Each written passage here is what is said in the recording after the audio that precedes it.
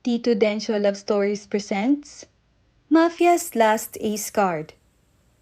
Written by Armuden. Tama na po, pakiusap. Baka ikamatay po ng bata yan, sir. Maawa po kayo. Pagmamakaawa ni Manang Lourdes sa kanyang amo nang ayaw nitong tumigil sa pagbubog sa dalaga na si Lily. Gustuhin man ito na lumaban sa amo ay hindi nito magawa dahil naiipit din ito sa malaking problema na dinadala. Tumahimik ka dyan, Lourdes. Ayoko na rin makita ang pagmumukha mo. Tinatanggal na kita sa trabaho. Sino may sabi sa'yo na pakainin mo ang bastardang ito? Galit na saad ni Mr. Mendoza at kinaladkad si Lily papunta sa isang kwarto at doon ikinulong at tanging hikbi lamang ang maririnig mula rito. Stepfather ni Lily si Mr. Raul Mendoza na isang sikat na politiko. Si Lily ay anak sa pagkadalaga ng asawa nito na namatay 1 taon na ang lumipas. Kaya nanatili sa puder nito si Lily dahil hiling ng yumao nitong asawa na panatilihin ito sa mansyon hanggat hindi ito binabalikan ng tunay nitong ama. Natalo ka na naman sa kasino, Raul? Bakit nag-decline na ang ATM ko kanina noong nag-shopping ako? Reklamo ni Judy nang matapos ito sa pagpapaganda, ang bagong asawa ng stepfather ni Lily. Pinang-shopping mo ang 4 na milyon na natitira na pera? Yun na lang ang pera natin. Tumawag nga ang bangko. Kukunin daw 5 sasakyan natin. Wala ka ring kwenta. Galit na sagot nito. Nag-away ang stepfather niya at bagong asawa nito nang dahil sa pera. Napagdesisyonan nilang ibenta ang ibang gamit para ipangbayad sa napakalaking utang nila. Ilang linggo na rin ang lumipas ay nanganganib din na mawala sa pwesto sa politiko dahil sa kasong korupsyon. Naisip nila na ibenta na rin ang dalaga sa isang matanda at mayaman na kakilala na naghahanap ng mapapangasawa para may pakinabang ito. Lahat kayo ay inuutusan na pumunta sa opisina ng Don. Utos ng mayordoma sa mansyon ng mayaman na matanda na pinagbentahan kay Lily. Nalaman ni Lily na hindi lang pala siya ang babae na narito. Humigit 10 silang narito. Ang iba ay napaka-sexy at pinaghandaan talaga na mapili ng matanda, habang naka-jacket at pants naman siya dahil iyon ang pinasuot sa kanya ng bagong asawa ng stepfather niya dahil sa maraming sugat at mga pasa sa katawan niya. Narinig niyang bayad na pala ng ilang milyon ang mga babaeng narito kasama niya, kaya siguro iniwan na lang siya dito ng stepfather matapos matanggap ang pera. Nako, natalo na naman ako ng isang Baltasar. Nagmana ka talaga kay Don Felipe, sabi ng matanda at humalakhak ng pagkalakas-lakas kasama ang isang binata na kalaro nito ng chess. Nabaling ang tingin nito sa kanila nang pumasok sila sa silid at magkakatabing nakatayo. Oh, andito na pala ang aking magagandang dilag.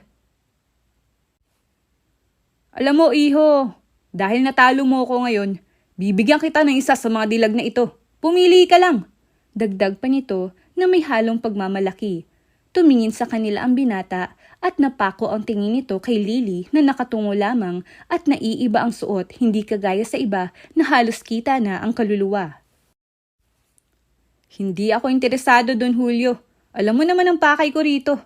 Kalmadong sagot nito. Hay nako, pipirmahan ko na ang kontrata na yan. Huwag mo nang tanggihan ng alokong babae. Baka tumanda kang binata niyan katulad ko, sabi nito at humalakhak. Kinuha ng matanda ang papel sa mesa at akmang pipirmahan na ito nang biglang naglabas ng baril ang babaeng katabi ni Lily. Babarilin na sana ng babaeng katabi ni Lily ang binata na kasama ng Don nang maunahan ito ng binata at binaril sa ulo. Nagulat si Lily sa bilis ng pangyayari. Ni hindi siya kumurap dahil naistatwa siya. Pero hindi na rin naman bago kay Lily ang senaryo. Ang ama niya ang pinaka nakakatakot na taong nakilala niya, pero ito din ang pinakamabait at nakita na niya na may binaril ang kanyang ama nang may magtangka sa buhay nito. Binaril naman ng mayordoma ang isa pang babae na may dalang mga kutsilyo. Natamaan nito sa balikat si Don Julio malapit sa leeg. Mabilis ang mga pangyayari. Nagsigawan ng ibang babae na naroon. Ang iba ay umiyak sa nasaksihan. Doon palang pumasok ang mga gwardya. Lilinisin ko ang kalat, Don Julio. Paumanhin at may nakapasok pala ng mga insekto. Kakausapin ko ang intelligence team. Paparating na rin ang gagamot sa inyo. Saad ng mayordoma at umalis. Kasabay nito ang pagbuhat ng 2 gwardya sa mga patay na babae. Magsitahimik kayo! Sigaw ng Don sa mga babae na nag-iiyakan. Pilit naman ng mga ito na pigilan ang mga hikbi habang nagyayakapan. Pasensya ka na, iho. Muntik ka pang matamaan. Minsan ganyan talaga. Sabi ng Don na peking tumawa at pumirma na sa papel. Tahimik lamang na nakaupo roon ang binata at bumaling ang tingin sa kinaroroonan ni Lily. Nagulat si Lily nang makita ang bahagyang pagngiti nito, kaya agad na inalis niya ang tingin dito at tumingin na lang sa sahig. Nagawa ko na ang pakay mo dito, iho. Maaari ka nang umalis. Bibisita na lang ako kapag may panahon. Dagdag ng Don at tumayo. Hindi alintana ang sugat sa balikat nito. Sandali lang, Don Julio. Biglang sabi ng binata, kaya napatingin ng Don rito. Ano yon, iho? Tanong nito. Hindi ko tatanggihan ang alok mo kanina. Ang babaeng yan ang gusto ko. Sagot ng binata, sabay turo kay Lily. Naiangat ni Lily ang paningin at napamura ng malaman na siya ang tinutukoy nito. Sigurado ka ba, iho? Marami naman ang nariyan. Pwedeng 2 o 3. Kahit ilan ang gusto mo. Saad ng Don na para bang hinuhusgahan ang nakajacket na si Lily. Tumingin naman ang binata sa mga babae na naroon. Lahat ay takot na umiwas ng tingin. Aalis na ako. Akin na ang babaeng ito. Kung gusto mo ay babayaran na lang kita, Don Julio. Sagot nito. Ano ka ba, iho? Huwag mo na akong bayaran. Hindi ba't sabi ko na ibibigay ko na kung sino sa kanila ang mapili mo? Kakarampot lang naman ang presyo ng mga babaeng yan. O siya, mag-iingat ka. Salamat sa pagbisita mo sa mansyon ko. Sabi ng matanda. Tumango lang ang binata at hinawakan si Lily sa braso at lumabas na sila sa opisina ng matanda. Nakatungo na naglalakad si Lily. Nag-iisip ng paraan kung paano tumakas. Ito lang ang pagkakataon niya. Ilang taon niyang hinintay na makalabas sa matataas na bakod ng mga Mendoza. Ngayon ay mapupunta pa siya sa taong kagaya ng lalaking ito. Nitunog ng paglalakad ay hindi niya marinig.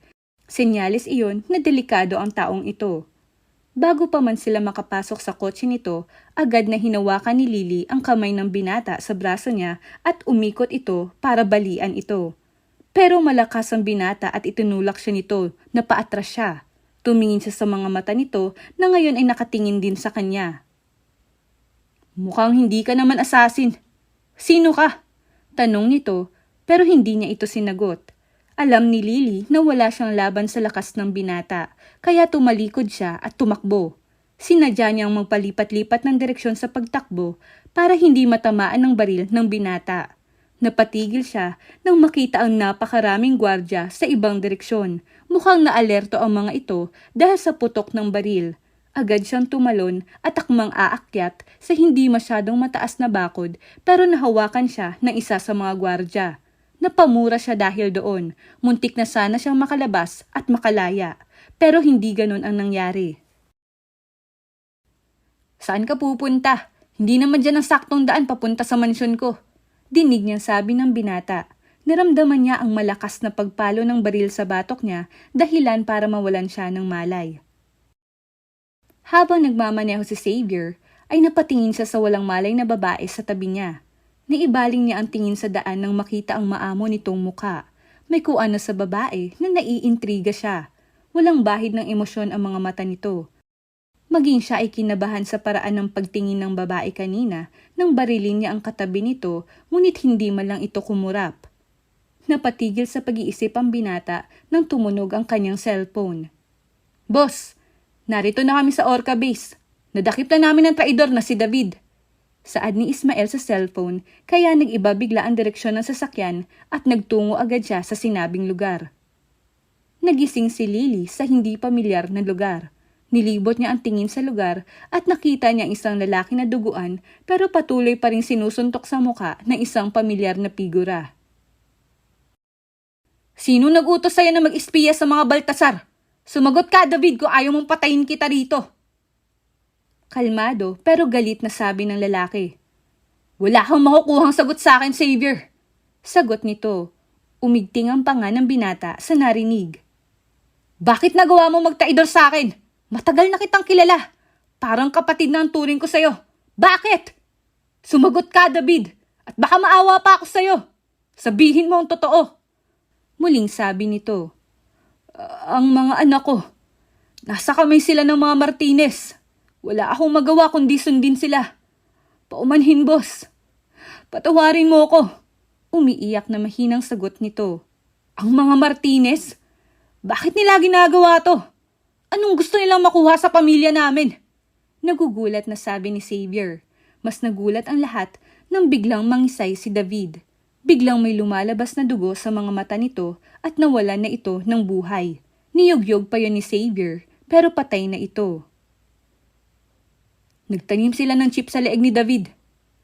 Naghatid yun ng kuryente sa utak niya nang sabihin niya ang tungkol sa mga Martinez.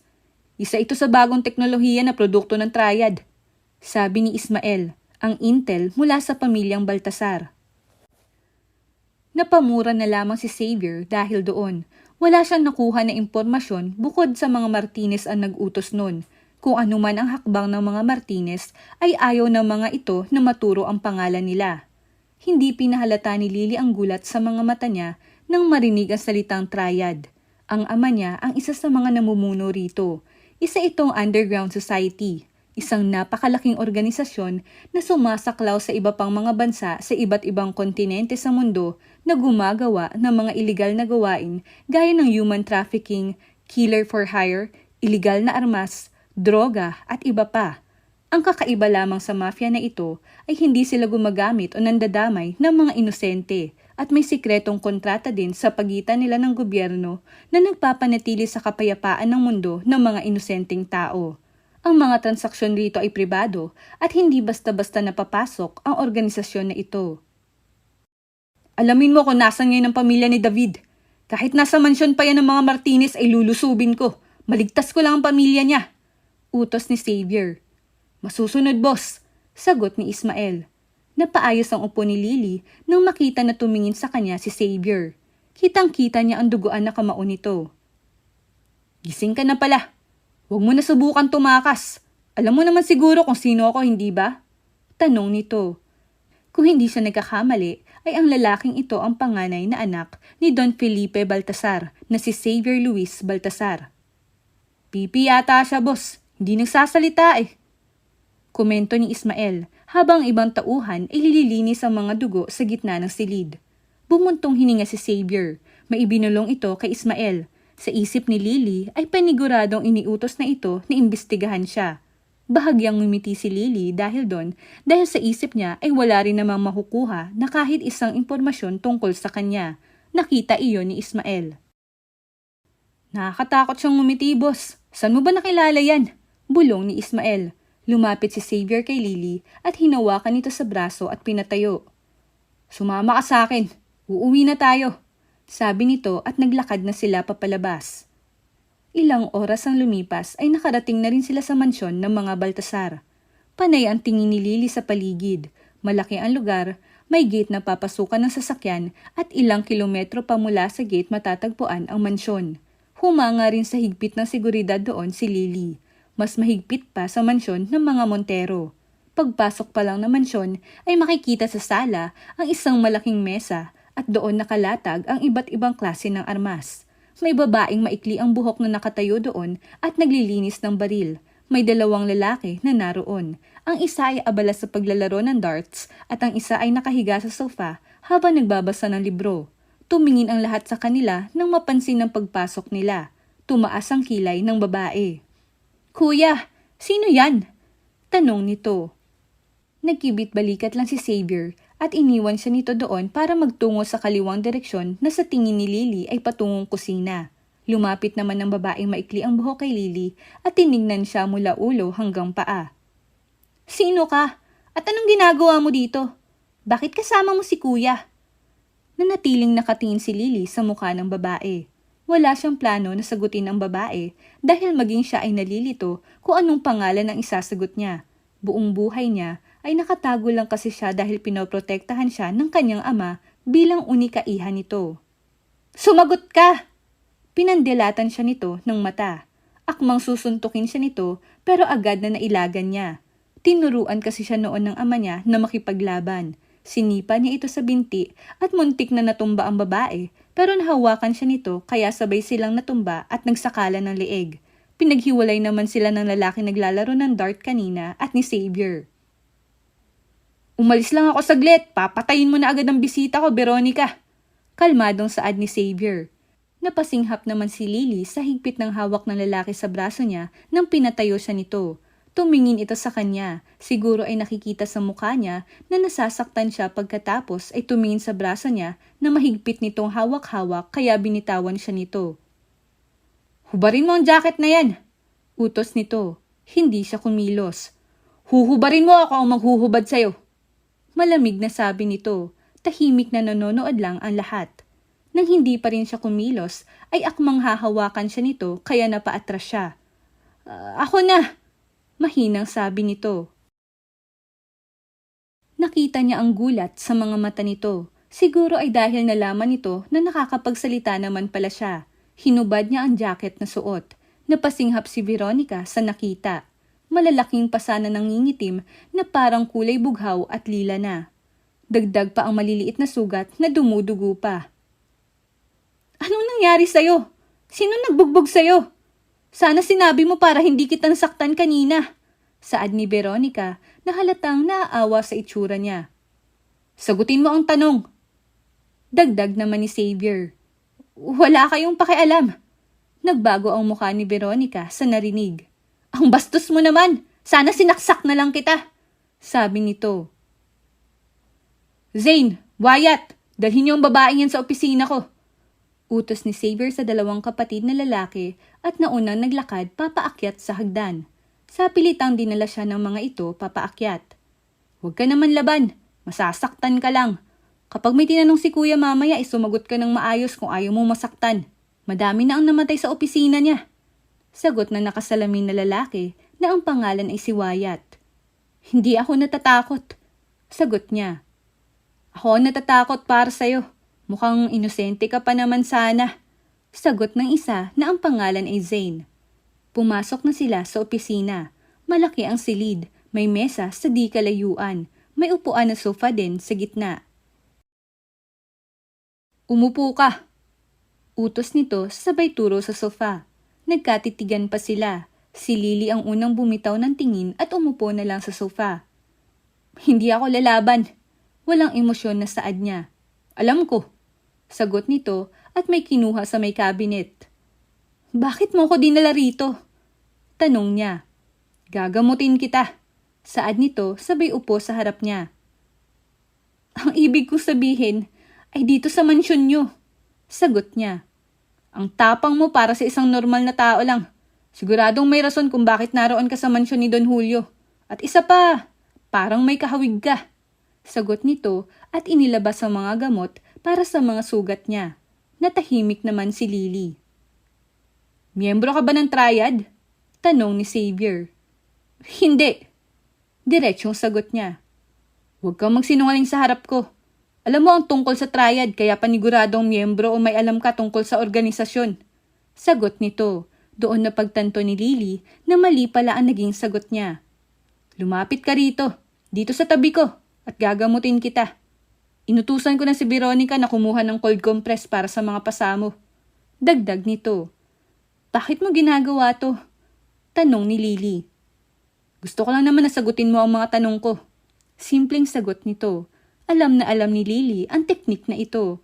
Magpapakita ng kabutihan ng binata upang pagsalitain siya sa kung ano man ang gusto nitong malaman.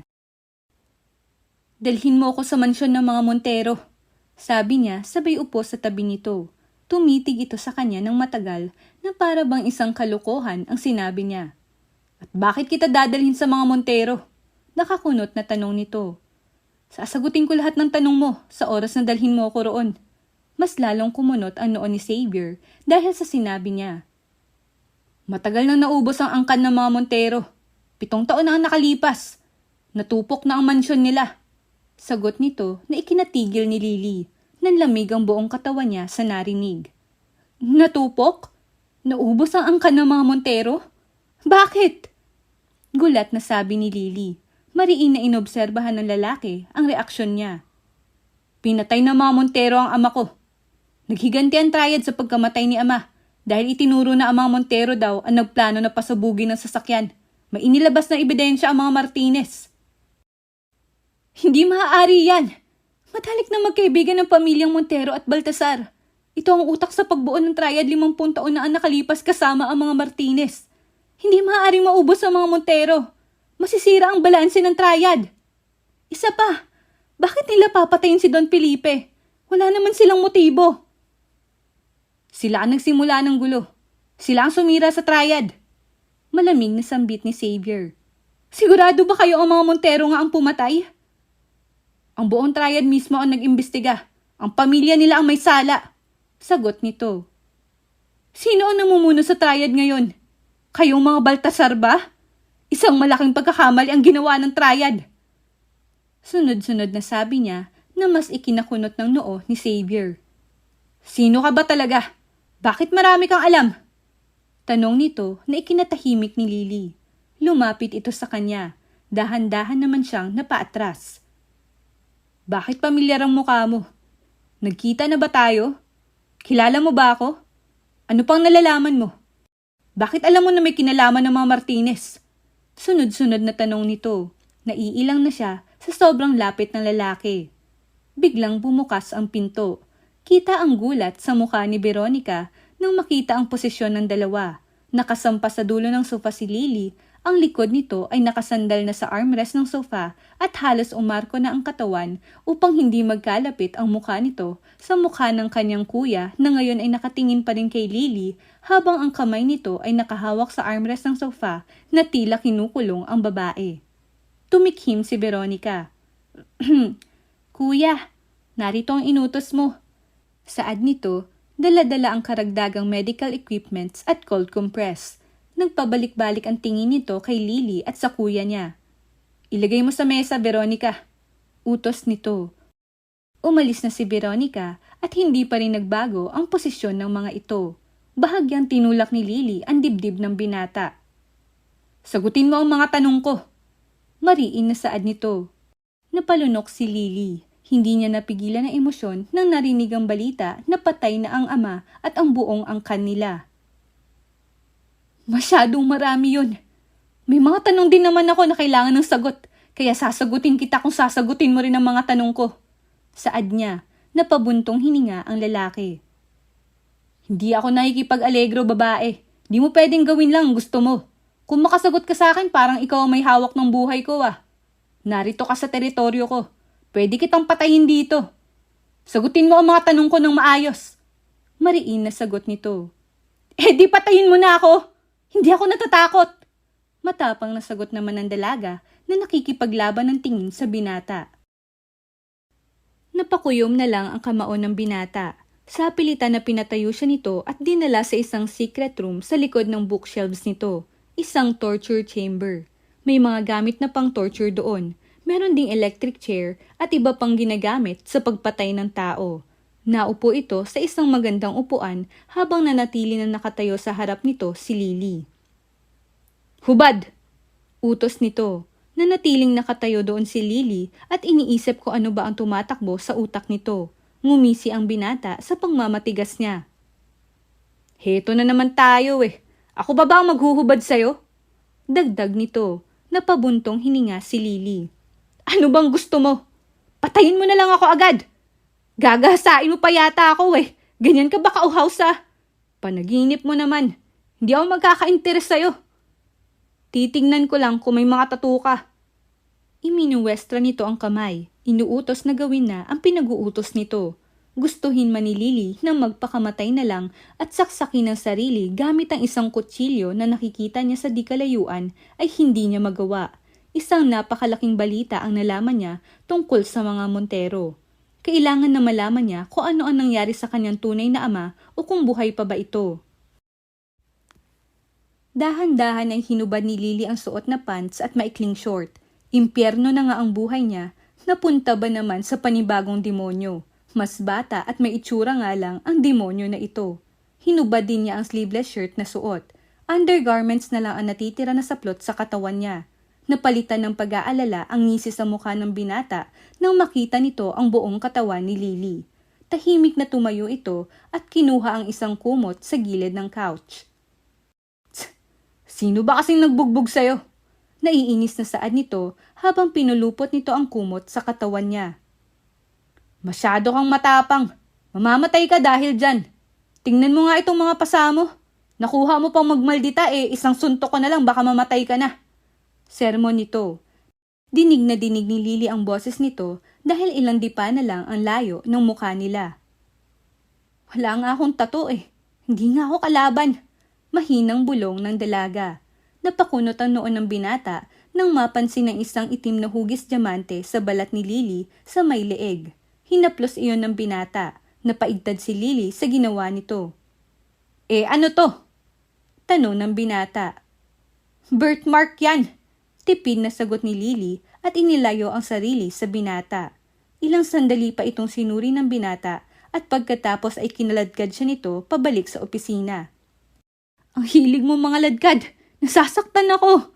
Mahinang sabi ng dalaga pero narinig pa rin ito ng binata. Ang hina mong maglakad! Hindi ba pwedeng pagod lang ako? At mas maliit ang mga hakbang ko kaysa sayo? Muling reklamo nito. Bumuntong hininga ang binata at binuhat siya nito at nagtungo sila sa isa pang kwarto. Simula ngayon, dito ka natitira. Dito ka matutulog sa kwarto. Tutulong ka kay Manang Susan sa mga gawaing bahay hanggat hindi ko nalalaman ang lahat tungkol sayo. Kita sa mukha ni Lily ang pagngiwi dahil sa narinig nito. May reklamo ka? Wala naman. Sagot na lang niya dahil natakot siya bigla sa paraan ng pagtitig nito. Lumabas na ang binata. Ang bili nito ay maghintay siya doon dahil may maghahatid sa kanya ng mga gamit panligo at damit. May naghatid nga, isang babae na may katandaan na ang pangalan ay si Manang Susan. Maalaga at mabait ito, may kadaldalan lang kaya ilang sandali pa itong nakipag-usap kay Lily. Sa kabilang silid naman, nakakunot noong nakatitig si Xavier sa kanyang laptop. Isang litrato ng dalaga na may diamond birthmark ang naroon. Matagal na itong nasa red list ng Triad. Pinagahanap ito simula na makaupo si Sebastian Martinez sa pwesto bilang isang pinuno. Bawat 5 taon kasi ay nagbabago ng pinuno ang Triad. Kumukuha lang din mula sa 3 pamilya na unang bumuo rito. At dahil matagal nang nawala ang mga Montero, tangi si Sebastian at Xavier lamang ang magpapalitan sa pamumuno rito o ang mga kapatid nito basta't mula sa pamilyang Martinez at Baltasar. Napatingin si Xavier sa cellphone nang tumawag si Ismael. Boss, negative She has no record, no birth certificate. No place of origin. Parang lumutang lang siya bigla at wala ni isang impormasyon tungkol sa kanya. Sabi nito, hindi makapaniwala si Xavier sa narinig. Paano ngayon lang nakita ang babaeng ito? Wala pa nakakatago sa surveillance ng Triad sa napakahabang panahon. Ni gobyerno ay konektado dito, kaya hindi madali na takbuhan ng Triad. Boss? Hindi kaya multo ang babaeng yan? Walang multo na maldita at reklamador, Ismael. Isa pa, nasa red list siya. Ibig sabihin may malaking tao na naghahanap dito. Sagot ng binata at binaba na ang tawag. Napapaisip tuloy si Xavier kung nasaan ang babae sa panahon na malakas ang puwersa ng mga naghahanap sa kanya. Sino ba siya? Bakit malaking halaga ang pinatong sa ulo niya? Anong kailangan ng mga Martinez sa babaeng to? Mukhang ngayon lang din ito nalaman na naubos na ang mga Montero. At base sa reaksyon nito, ay naniniwala ito na mali ang naging desisyon ng Triad. Sino ang babaeng yon, kuya? Tanong kaagad ni Veronica nang makapasok ang magkakapatid sa opisina niya. Maging siya ay hindi pa rin pala alam ang pangalan nito. Bigay ni Don Julio. Sagot na lang niya. O tapos? Tanong muli ni Veronica. Hindi kasi ito ang unang pagkakataon na may ibinibigay na babae si Don Julio kay Xavier. Ayon dito, ay kailangan ng binata ng kaunting libangan. Kailanman ay hindi naman dinadala ng binata sa mansyon nila ang mga babae. Ang babaeng yan ay pinaghahanap na 5 years ago at hanggang ngayon ay hindi pa rin nahahagilap ng triad. Nasa red list siya. 5 years ago? Ito ba yung may diamond birthmark? Bakit nandito siya? I-turn over na natin, dagdag ni Zane. No, she will stay here. Matigas na sagot ni Xavier. Ipinaliwanag niya sa mga kapatid ang dahilan. Kailangan ay mapasilita nila ang dalaga. Obserbahan ito at alamin ang tunay nitong pagkatao. Ilang minuto ang lumipas ay napanganga ang magkakapatid dahil sa dalaga na kumakakain ay parang wala ng bukas. Nataranta silang lahat na mabilaukan ito. Shit! Muntik ka nang mamatay! Magdahan-dahan ka kasi sa pagkain! Sabi ni Xavier habang pinapainom ng tubig ang dalaga. Okay naman ito. Patay agad! Pasensya na, okay? Gutom lang! Bulong ni Lily matapos uminom ng tubig. Tsk! Di ka naman mauubusan eh. Bulong nito at umupo na. Nakatingin lang sa kanila ang mga kapatid nito. Pagkatapos ay nagsalita ang kapatid na babae ni Xavier. Hi, ako si Veronica. You can call me Vera. Saad ng babaeng maikli ang buhok at iniabot nito ang kamay. Hi, ako naman si Zane and this is my twin Wyatt. Saad naman ng isa pang lalaki at iminuwestra ang kamay sa katabi nito na nakasalamin na tipid ng ngumiti lang rin. Ako nga pala si Lily. Sabi niya at ngumiti ng tipid. Nakipag-shake hand siya sa mga ito maliban kay Xavier. Kaharap niya kasi si Wyatt at Vera. Nasa kaliwa naman niya si Zane at nasa kanan si Xavier na nakaupo sa dulo ng rectangular na mesa. Ilang taon ka na? Biglang tanong ni Vera. I mean, you look young. It's a harmless question. Curious lang ako.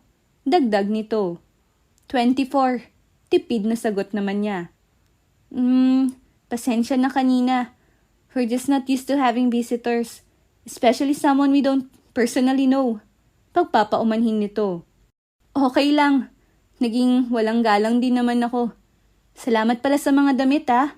Sagot niya na ang tinutukoy ay ang mga damit ni Vera na hindi pa nagagamit na suot niya.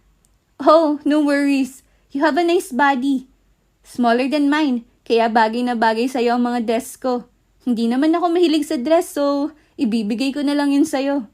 Tumango na lamang si Lily at ngumiti. Pagkatapos ng paglilinis sa pinagkainan, ay nagtungo na si Lily sa kwarto. Inilibot ni Lily ang paningin sa silid. Napakalaki ng kwarto. Black and olive green ang theme. May mga brown and gold details rin ng kisame at mga dingding. May medium-sized na chandelier, balcony, at ang pinakagusto ni Lily ay ang bookshelves nito na may napakaraming libro. Mahilig din kasi siyang magbasa dahil iyon ang naging libangan niya sa tuwing kinukulong siya ng stepfather niya. Nagulat siya nang biglang bumukas ang pinto ng banyo. Iniluwa nito si Xavier. Oh, nagulat ba kita? Tanong nito. Malamang. Akala ko ba dito ako matutulog? Oo, dito nga. Dito sa kwarto ko. O bakit nandito ka? Malamang kwarto ko ito. Dito rin ako matutulog. Ha? Magkatabi tayo? Tsk, maglatag ka dyan. Sa sahig ka muna matulog. At wala kang karapatan magreklamo dahil pamamahay ko to. Tumingin si Xavier sa dalaga na ngayon ay naglalatag ng sleeping mat. Ang totoo ay ayaw lang talaga niya tumakas ito o lusubin sila ng mga kalaban at mawala pa sa kamay niya ang babae. Malakas ang kutob niya na may nalalaman ito o may kung anong importante sa babae para hanapin ito ng triad.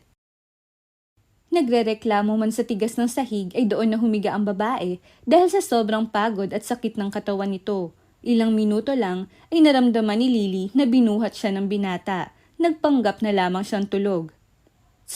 Alam kong nagising kita. Saad nito na maihiga siya sa malambot na kama. Iminulat niya ang inaantok na mga mata at magsasalita na sana siya nang inunahan siya nito. Ako na ang matutulog sa sahig. Baka lumala pa yung mga pasa at sugat mo dahil sa tigas ng hinihigaan mo. Sabi nito at pumunta na sa higaan niya at doon humiga. Ilang oras ang lumipas ay mahimbing na nakatulog si Lily habang mulat naman na nakatitig sa kisame ang binata. Masyadong malamig at matigas ang sahig, hindi ito makatulog. Tumayo ito at umupo sa kama. Natawa na lang ito sa itsura ni Lily. Nakatihaya at nakabukaka pa ang mga hita nito. Kitang-kita tuloy ang hindi dapat nakikita. Nakadress pa naman. Kababaing tao. Tsk!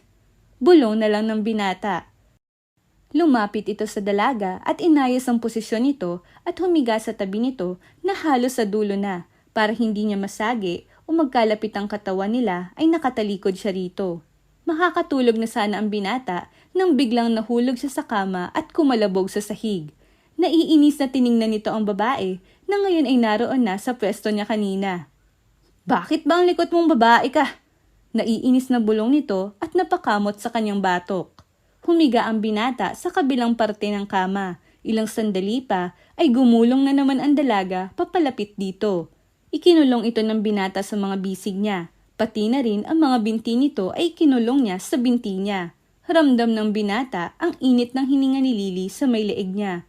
Gustong-gusto niya ang natural na amoy ng dalaga. Mabango siya, lalo na ang mahaba nitong buhok. Mahimbing pa rin ang tulog nito.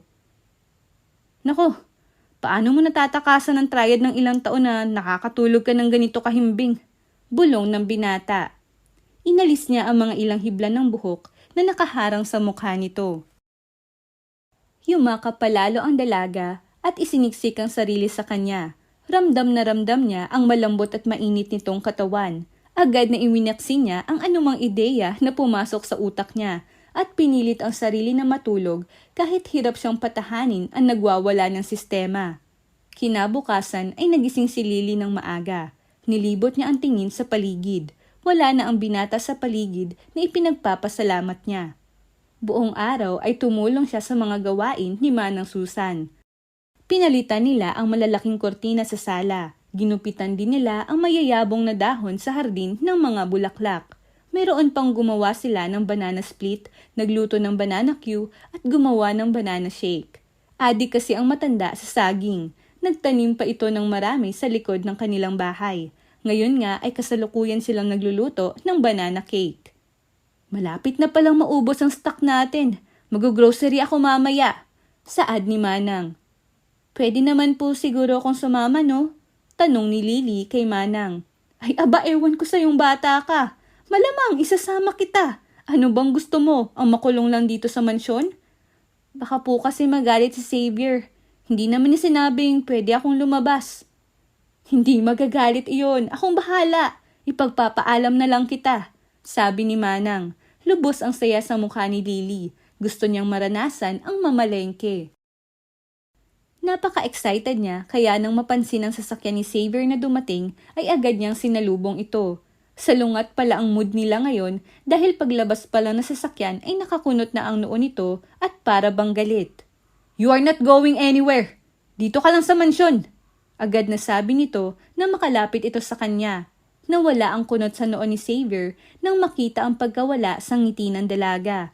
Nawala ang maaliwalas nitong muka na kani-kanina lang ay puno ng sabik. Bakit? Mamamalengke lang naman kami. Akala ko ba tutulong ako kay Manang sa anumang gawain? Mahinang sabi nito. Huwag ka nang umasa. Hindi ako papayag.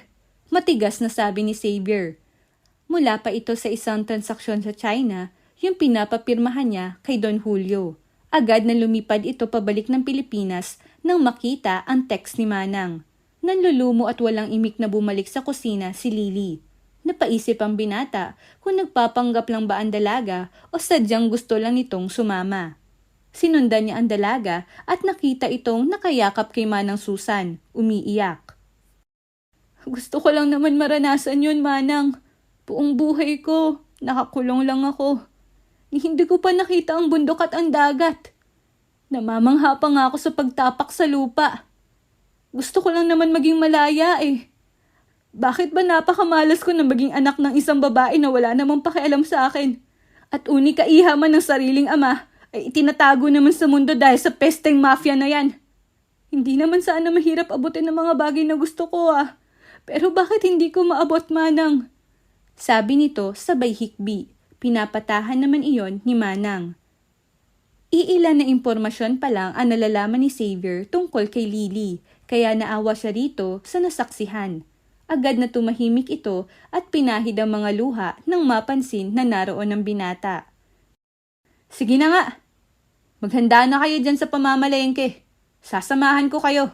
Biglang sabi ng binata na ikinangiti ni Manang. Gulat naman na tumingin si Lily dito na agad namang tumalikod sa kanila.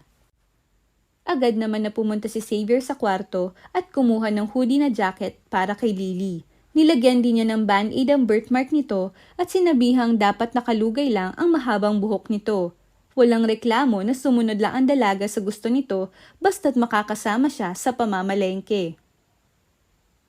Oh, eto ang listahan. Hawakan mo at baka makalimutan ko, sabi ni Manang bago sumakay sa likod ng upuan ng sasakyan. Magkatabi naman si Lily at Xavier sa unahan. Kitang-kita sa mukha ng dalaga ang paggamangha nang makadaan sila sa may dagat.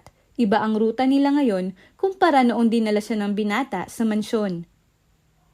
Medyo malayo pala ang palengke, no?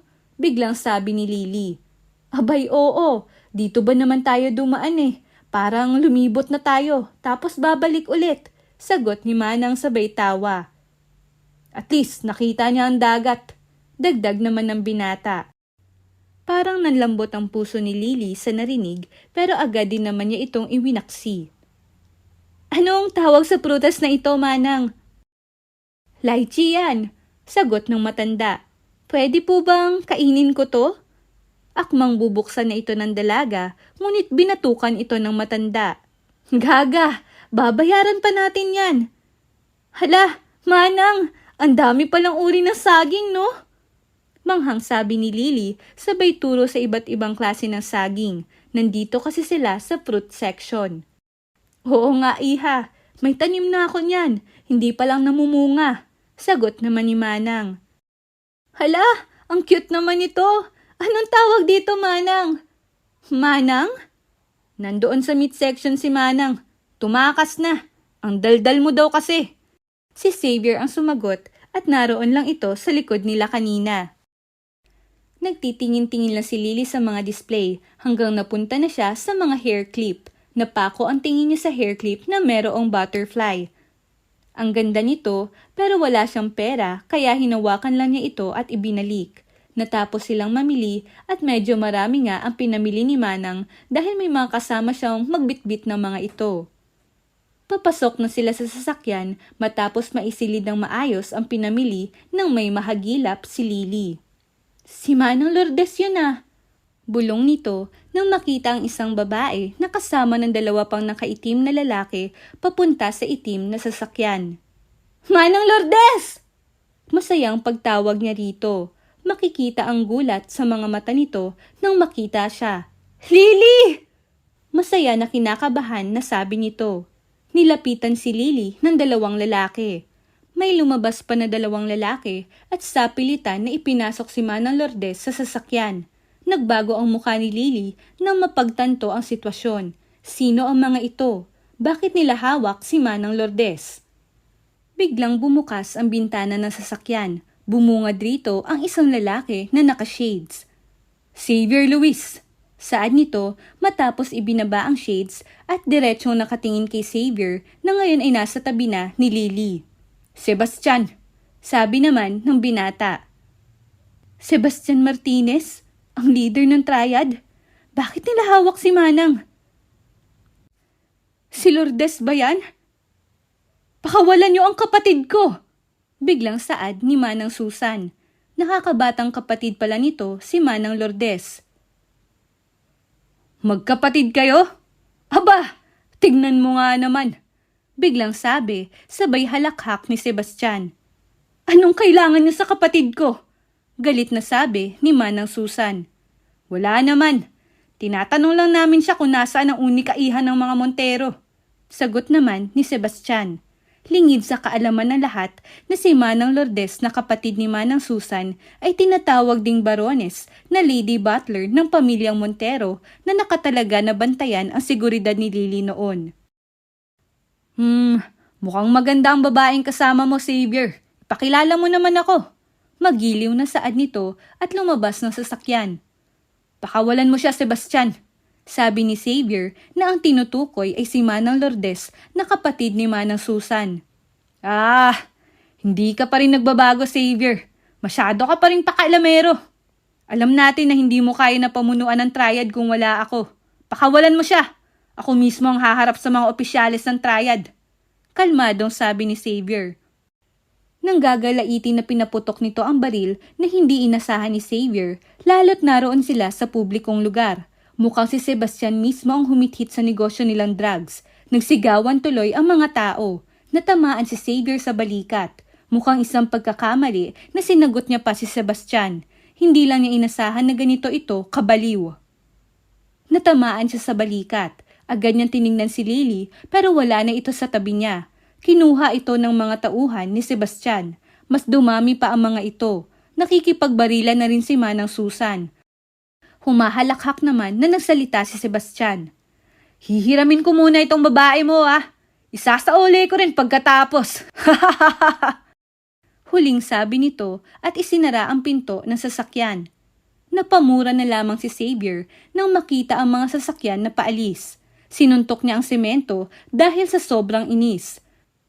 Dumating naman ang mga kapatid ni Xavier at naabutan ng mga ito na nahihirapan ng huminga si Manang Susan dahil natamaan ito sa dibdib at duguan naman ang kapatid niya kaya agad na nilang ipinagamot ito. Nasaan ang Barones? Punyeta talaga kayo! Bakit niyo pinatakas? Mga walang kwenta! Mga tanga! Galit na sigaw ni Sebastian nang mapagtanto na nakatakas si Manang Lourdes. Nagkagulo po kasi noon nagbarilan, boss. Pinatay nito ang nakabantay sa kanya kaya nakatakas. Kung ikaw kaya ang patayin ko, hanapin niyo ang matandang yon. Siya lang ang susi para mahanap ang tagapagmana ng mga Montero. Galit na utos nito. Anong gagawin sa babaeng ito, boss? Tanong ng isang tauhan na ang tinutukoy ay ang walang malay na si Lily. Igapos ang babaeng yan. Humanda sa akin ng Xavier na yon. May tinatago pala siyang kahinaan. Kung makapagsalita ay parang hindi kriminal. Sarkastikong sabi nito. Boss, nadakip po ang ilan sa mga tauhan natin. Na-raid po sa factory. Mga walang hiya talaga. Patayin niyo ang mga buwisit na yon, baka pumutak pa. Boss, may tumatawag sa telepono. Sinong buwisit naman yan? Ako ba ang tinatawag mong buwisit, Sebastian? Sabi ng naroon sa telepono, ang ama ni Sebastian na si Don Gregorio Martinez. Ang akala ng lahat ay patay na ito dahil inatake sa puso bago pa man mangyari ang pagkamatay ni Don Felipe at pagkaubos ng mga Montero. Pero ang totoo ay buhay na buhay pala ito. Kayo pala, Dad. Kinakabahan na sagot ni Sebastian sa telepono. Nalaman mo na ba kung nasaan ang babae? Nakatakas po ang Barones. Di pa namin nalaman kung nasaan ang babae may diamond birthmark na dating inaalagaan nito. Walang kwenta! Ilang taon mo na itong hinahanap, bakit hindi mo magawa? Nasa harap mo na ang Barones. Pinatakas mo pa? Wala kang kwenta. Kahit kailan ang napakabobo mo. Hahanapin ko po ang matandang yun at makukuha natin ng babae. Mapapasatin din ang susi ng kayamanan ng triad. Mapapatakbo na rin natin ang Human Weapon Project na matagal na nating pinaplano. Mapapasa atin ang buong triad. Siguraduhin mo makikita mo ang Barones sa lalong madaling panahon. Puro kasalita. Sagot nito at ibinaba na ang tawag. Bumuntong hininga si Sebastian. Inihagis nito ang cellphone at sumigaw dahil sa galit. Nakita nito si Lily at ito ang napagbuntunan ng galit nito. Ilang beses niya itong sinuntok at tinadyakan habang nakagapos hanggang sa sumuka na ito ng dugo. Kinuha ni Sebastian ang isang kutsilyo at nilapitan si Lily habang humahalakhak. Inutusan nito ang isang tauhan na mag-video. Oh, tignan mo ang pagmumukha ng minamahal mong babae, Xavier. Naghihirap dahil sa'yo. sabi nito sabay ngisi at sinakal sa leeg si Lily na may mga dugo na sa labi at black eye dahil sa suntok ni Sebastian. Dahan-dahan na hiniwa nito ang pisngi ni Lily dahilan para mapahiyaw ang babae sa sobrang sakit. Humalakhak naman si Sebastian habang nakikita ang babae na nasasaktan. Tumutulo ang maraming dugo nito mula sa mukha ni Lily. Nanghihina na ang babae pero hindi pa rin nakontento si Sebastian at ibinaba nito ang zipper ng suot na pants. Sumisipol na inihian nito ang babae at nakangisi na tumingin sa nagbi-video. Pumunta ka dito sa bahay ko, Xavier. Magtutuos tayo. Kung hindi, makikita mo kung paano ko gahasain ang pinakamamahal mong babae. Sabi nito at pagkatapos ay iniwan ng duguan na si Lily sa sahig. Ipinadala ng mga ito ang video sa mga Baltasar. Inutusan din nito na paliguan at gamutin si Lily dahil ang baho daw nito. Napatigalgal at nanigas ang mga kasambahay na tauhan ni Sebastian nang makita ng mga ito ang birthmark ni Lily habang ginagamot ang babae. Agad na sinabi nila ito sa kanilang boss. Boss, ang babae kanina ay may birthmark. Siya yung nasa red list. Naibuga ni Sebastian ang wine na iniinom at dali-daling nagtungo sa kwarto kung nasaan ang babae. Nakita nito ang birthmark. Baka sa mukha nito ang sobrang saya. Kung sinuswerte ka nga naman. Akala ko ay nobya ka ni Xavier. Kaya pala kasama mo ang lalaking yon. Sabi nito sa walang malay na dalaga. Agad na tinawagan nito ang ama at sinabing nahanap na nila ang babae na may birthmark. Inutusan ito ni Don Gregorio na dalhin ang babae sa triad dahil magkikita sila doon.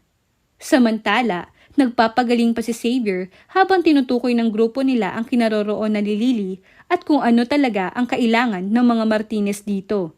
Nalaman din na patay na ang asawa ni David, ngunit ang 3 anak ng mga ito ay hawak ng mga Martinez na siyang isa sa malaking dahilan ng malawakang kidnapping sa bansa.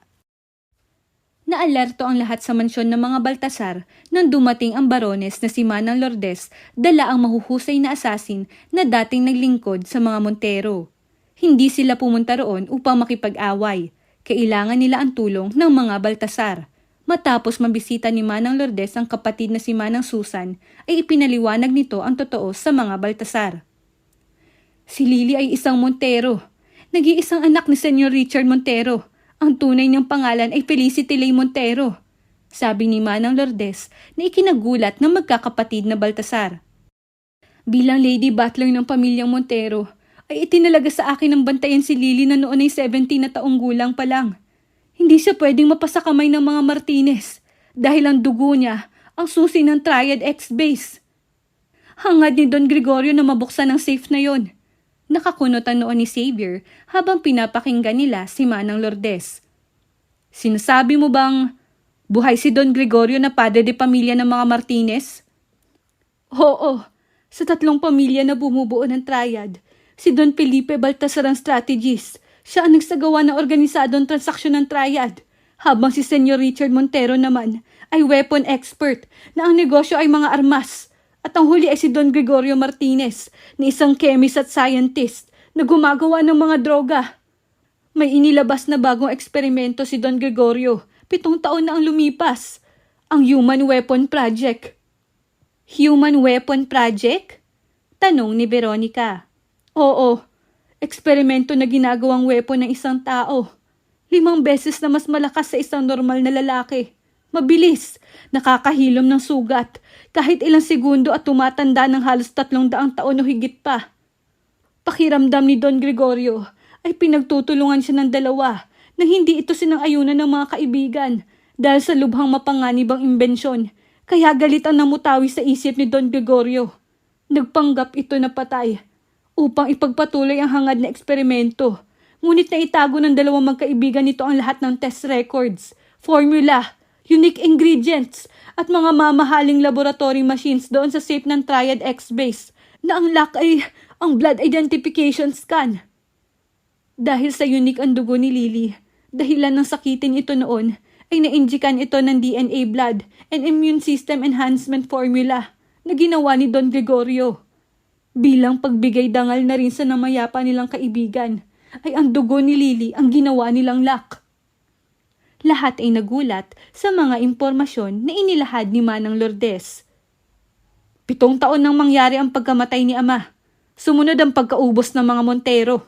Ibig sabihin ay ang mga Martinez na may plano ng lahat? Tanong ni Xavier habang nakikinig lamang ang mga kapatid nito. Tama ka. Ang mga Martinez ang pumatay sa ama nyo at pinalabas na ang mga Montero ang may sala. Inisa-isa nila ang mga Montero. Bawat isa ay kinuhanan ng sample ng dugo. Baka sakaling mabuksan ng safe sa Triad X base. Pero wala, dahil tanging dugo lang ni Lily ang makakabukas noon. Kaya pala nasa red list si Lily, bulong ni Zane. Oras na mabuksan ng safe ay mapapasa kamay ni Don Gregorio ang unique ingredients sa test records para sa Human Weapon Project. Pati na rin ang napakaraming gold bars na nakatago roon. At lahat ng files, records, documents at mga pinirmahan na transaksyon ay naroon. Ang kakaibang dugo ni Lily ang makakakompleto sa formula ni Don Gregorio. Oras na mapatunayan ang lahat ng ito ay mapapabagsak natin ng mga Martinez at mawawala sila sa triad. Paano tayo lalaban? Halos lahat kalaban natin ng buong triad ngayon dahil si Sebastian ang namumuno rito. Hindi tayo paniniwalaan ng mga opisyal kung wala tayong ebidensya, sabi ni Wyatt. Si Lily ang huling alas. Kailangan na mabuhay siya dahil hindi ang kabuuan ng organisasyon ng triad. Sa pagkakataong ito, si Lily mismo ang triad. Mariin na sabi ni Manang Lourdes na ikinatahimik ng lahat. Ipinakita ni Ismael ang isang video na mula kay Sebastian Martinez. Natrack ko ang location nila. Wala na sila sa bahay ni Sebastian. They are heading to Triad X base, sabi ni Ismael. Marahil ay nalaman na nila na si Lily ang matagal na nilang hinahanap. Sagot ni Manang Lourdes. Sa gabing din yon ay naghanda ang lahat sa magiging labanan. Marami ang grupo nila. Dumating din ang malalapit na kaibigan ng mga Baltasar na halimaw din sa pakikipaglaban. Nakarating naman kaagad ang grupo ni na Sebastian sa Triad X base. Naghihintay doon ang grupo ng kanyang ama. Nagalit pa ito nang makita ang mukha ng babae na may black eye. Bago pa man sila makapasok sa mismong base ay pinaputukan na sila ng grupo ni na Xavier. Agad na pumasok si Don Gregorio kasama ang walang malay na si Lily na buhat-buhat ng mga tauhan nito. Si Sebastian na namuno sa pakikipaglaban sa labas gamit ang puwersa ng triad. Sa loob ng base ay agad na iniska ni Don Gregorio ang kamay ni Lily. Nagising ito sa pagtusok ng krayom sa bawat daliri nito. Ilang segundo pa ay nabuksan na ang malaking safe. Na-activate dito ang mga ilaw. Malaki ang loob nito. Nakahilera ang napakaraming gold bars, ngunit mas napako ang atensyon ni Don Gregorio sa mga laboratory machines niya. Humalakhak ito. Ang tagal kong hinintay ang araw na to. Patay na sina Felipe at Richard. Wala nang makakapigil sa akin. Sabay nito, sabay tawa. Tumingin ito kay Lily. Lily, aking inaanak. Napakahalaga ng dugo mo. Ikaw ang perpektong specimen sa eksperimentong ito. Sabi nito habang papalapit sa dalaga. Don Gregorio, bakit mo ginagawa ang lahat ng ito? Galit na tanong ng dalaga. Kilala ni Lily ang kaharap dahil kaibigan nga ito ng ama niya. Hindi nila naiintindihan kung gaano kaganda ang proyekto ko. Matagal kong pinaghirapan ang lahat ng ito. Ngayon ay isang patak lang ng dugo mo ay makakalaban ng immune system ng mga bata sa chemicals na ininject ko sa kanila. Pagkatapos ay operasyon para sa brain chips at voila! Makokompleto na rin sa wakas ang human weapon process. Sabi nito, sabay halakhak. Mga bata, anong ibig mo sabihin? Oo, ang mga bata kasi ay masunurin. Mas madaling mamanipula ang mga utak nila at makontrol gamit ang chip. Pero mahina pa ang mga muscles at nerves nila. Hindi nito makakayanan ng chemical formula na ipapasok ko sa katawan nila. Kaya kailangan ko ang dugo mo. Walang hiya ka. Ginawa mo bang lahat na ito dahil sa pesteng eksperimento na yan? Pinatay mo ang ama ko. At ngayon, gagamitin mo pa ako sa kasamaan mo? Galit na sabi ni Lily at umatake sa matanda. Agad namang humarang ang mga tauhan nito. Ilang sipa at suntok ang nagawa ni Lily pero hindi sapat iyon dahil sa dami ng mga tauhan nito. At dahil hinang-hina na siya ay napaluhod na lamang siya. Lumapit sa kanya si Don Gregorio at sinakal siya. Wala ka nang magagawa. Sino ba namang tanga ang liligtas sa'yo? Ang mga Baltasar? Kinasusuklaman nila ang angkan mo. Wala ka ng pag-asa. Ialay mo na lang ang sarili mo sa eksperimento ko at na mapakinabangan ka. Sinayang mo pa ang pinakamamahal kong dugo. Sabi nito. Napatigil ang lahat na may malakas na putok ng baril. Pakawalan mo siya kung ayaw mong pumutok ang ulo nito. Sigaw ni Xavier. Hawak nito si Sebastian. Ang mukha ay puno ng dugo at may dalawang black eye din ito. Binalian din ito ng buto sa kanyang kamay. Nagsisigaw ito habang nakatutok sa ulo nito ang baril ni Xavier. Ako ang nag-iisang anak ng mga Martinez. Hindi mo alam ang ginagawa mo, Xavier. Hindi ako hahayaan ni Ama na mamatay sa kamay ng isang katulad mo. Sabi ni Sebastian sabay halakhak. Wala akong pakialam.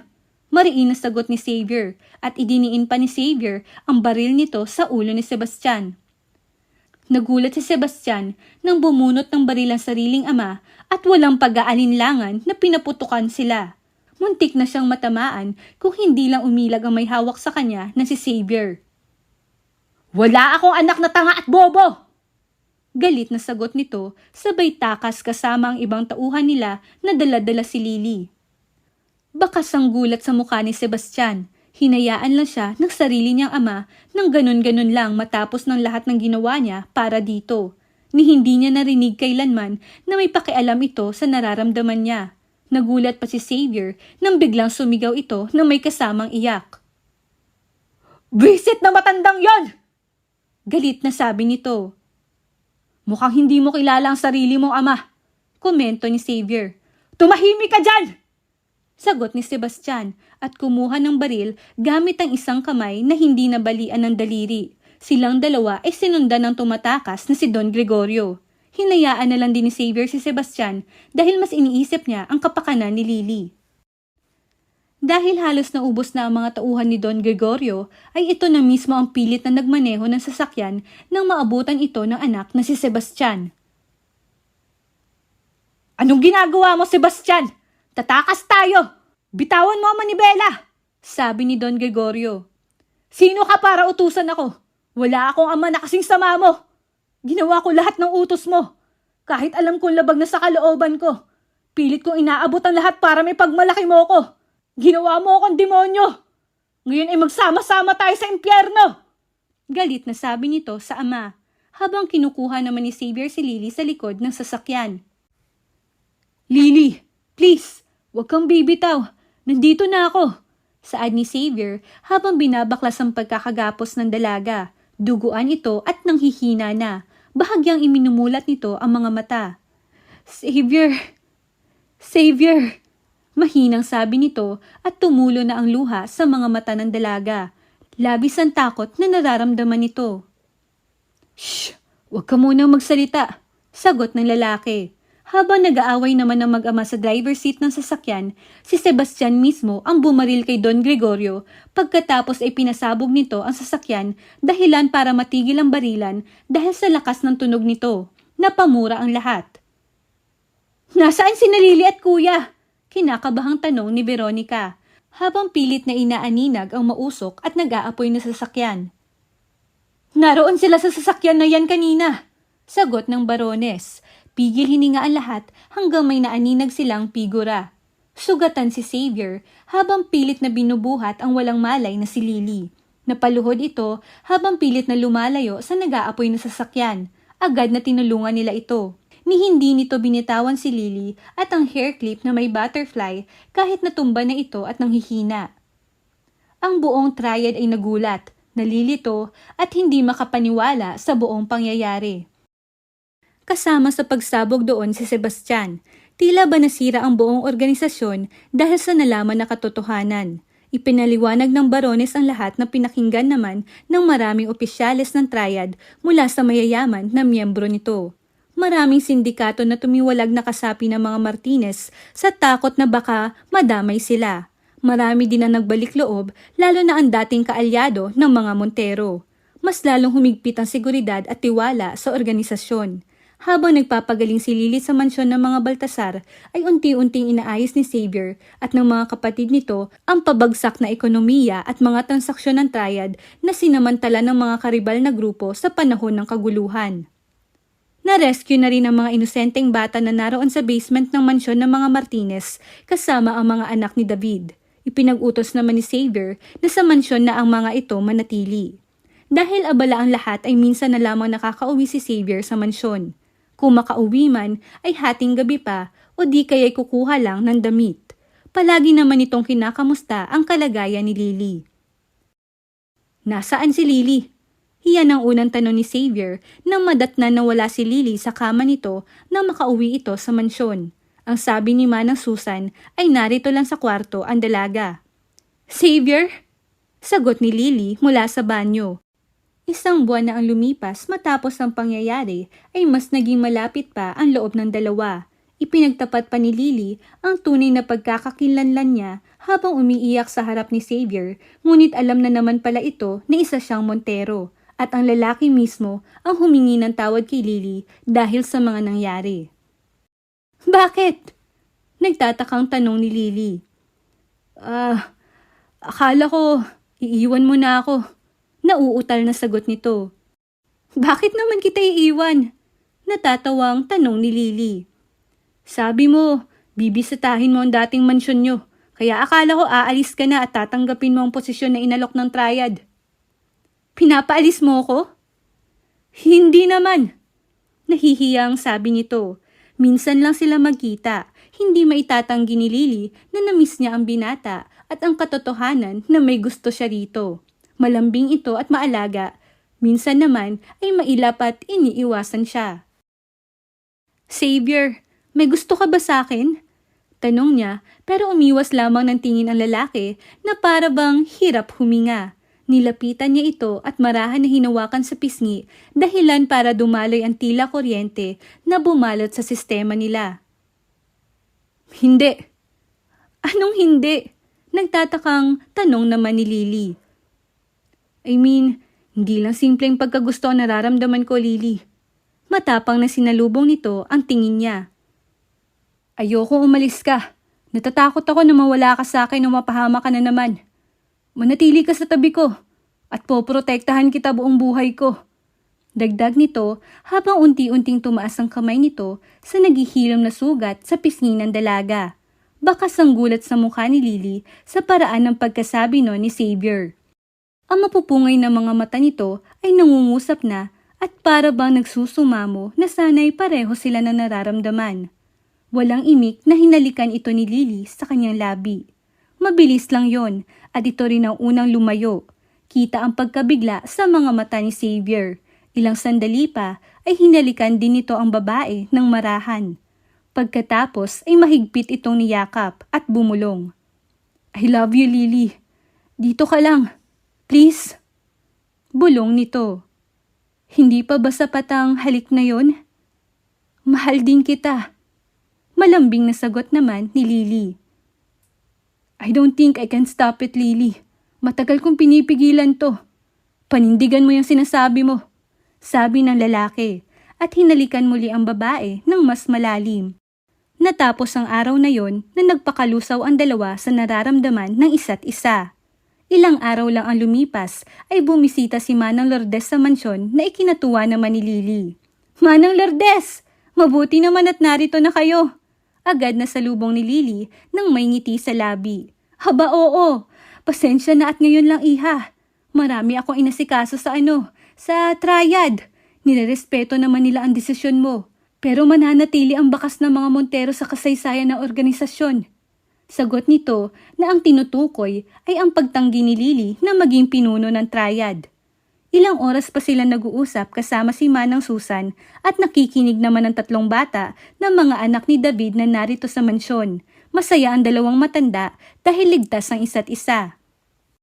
Ikinuwento pa ng mga ito sa kanila ang buhay noon sa Plabisa Academy, ang eskwelahan para sa mga butler and lady butler noon. Namamangha at naaaliw naman ang mga bata sa pakikinig na ngayon ay masaya si Lily nang makitang nagre-recover ang mga ito mula sa trauma. Handa na ba ang mga gamit mo, iha? Aalis na tayo mamaya, di ba? Tanong ni Manang Lourdes. Hindi po ako sasama, Manang. Sagot naman ni Lily. Ay aba, bakit? Dito na ako titira, Manang. Sagot naman ni Lily sabay kain sa hilaw na mangga na isinasawsaw sa sili at asin. Ang mga matanda naman ay hindi na kumain dahil baka masira pa ang kanilang postiso sa tigas daw ng mangga. Kung ganon ay irerespeto ko ang desisyon mo. Pero kailan mo pa yan nagustuhan ng mangga? Hindi ba't ayaw mo sa maasim? Tanong ni Manang Lourdes. Bakit? Bawal ba sa kanya yan? Tanong ni Manang Susan. Hindi naman. Talagang ayaw na ayaw niya sa maasim eh. Ewan, ang sarap pala tapos ang bango. Mabuti na lang nanguha itong mga bata kanina. Marami palang prutas na tanim dito. Sagot naman ni Lily. Hindi kaya ay ikaw ay naglilihi, iha? Baka buntis ka. Ano? Hindi naman siguro. Ganyan ba yan pag buntis? Oo, noong ako nga ay gustong-gusto kong kumain ng sabon eh. Yung panlaba, dahil nagustuhan ko ang amoy. Sagot ni Manang Lourdes. Sabon. Wait, sabon? Gulat na sabi ni Lily. May anak ka? Gulat naman na tanong ni Manang Susan. Oo, sabon iha. At oo ate, may anak sana ako. Nalaglag lang kaya wala rin. Sagot ni Manang Lourdes. Sa araw na yon ay nalaman nila na buntis nga si Lily at ang ama ay walang iba kundi si Xavier. Labis ang iyak ng lalaki nang malaman iyon. Natulala na lang ang mga kapatid nito sa pinakita na kahinaan ni Xavier. Kahit kakatapos lang nitong hirangin bilang leader ng triad. Ilang buwan lang ay nagkaroon ng pribadong kasalan at kaunting salo-salo na dinaluhan naman ng ilan sa mga malalapit na kaibigan nila katulad din na Ismael, Manang Lourdes at kasama na roon si Don Julio na labis ang gulat at saya nang marinig ang magandang balita. May ibang opisyalis din sa triad ang dumalo. Magandang gabi sa lahat. Maraming salamat sa inyong pagdalo sa simple at masaya na pagdiriwang na ito. Hindi lamang ito simpleng kasalan, kundi ang pagbubuklod ng panibagong angkan na magpapanatili sa kaunlaran ng organisasyon na nabuo at ng kapayapaan para sa mga inosenteng tao. Sabi ni Xavier pagkatapos ay ibinigay nito ang mikropono sa asawa. Ito ang unang pagkakataon na haharap ako sa inyo. Hindi bilang si Lily, kundi sa tunay kong pangalan bilang Felicity Lay Montero Baltasar. At sa pagkakataong ito, we want to build a better place. A happy and peaceful na pamumuhay na magre-reflect sa triad. Ang triad na mas nagiging instrumento sa pagsugpo ng krimen. Ang bagong triad na magbibigay pag-asa sa lahat na makapamuhay ng normal. Napag-usapan na namin ito ng asawa ko at magsisimula ang lahat ng yan sa pamilya namin. The plans and changes are already sent sa headquarters. I will be assisting my husband. Sa pagkakataong ito, a stronger clan will be made. At ngayon ang bagong simula nito. Once again, maraming salamat at nakarating kayo. Dagdag ni Lily at ngumiti. Bilib ang lahat sa ipinakitang kagandahan at kabutihan ng babae na may halong pagkamapanganib. Kasing liwanag at iliwalas ng mansyon ang mukha ng mag-asawa. Kita ang kislap sa mga mata ni Lily ang saya. I still can't believe that you're my wife, sabi ni Xavier. Bakit naman? Wala lang, pamisterious ka kasi, nakakaintriga. Yun, na-inlove tuloy ako. Sagot nito, kaya sinapak niya ang lalaki. Aray ko, buntis ka na pero ang bigat ng kamay mo pagdating sa akin, sabi nito at ngumuso. Agad naman itong sumeryoso nang makita na nakatingin ang mga tao. Natapos ang kwento sa masaya at masiglang pag-iisa ni na Xavier at Lily kasabay ang pag-usbong ng panibagong buhay at layunin ng triad. Wakas! For more stories, please like, comment, and subscribe to our channel.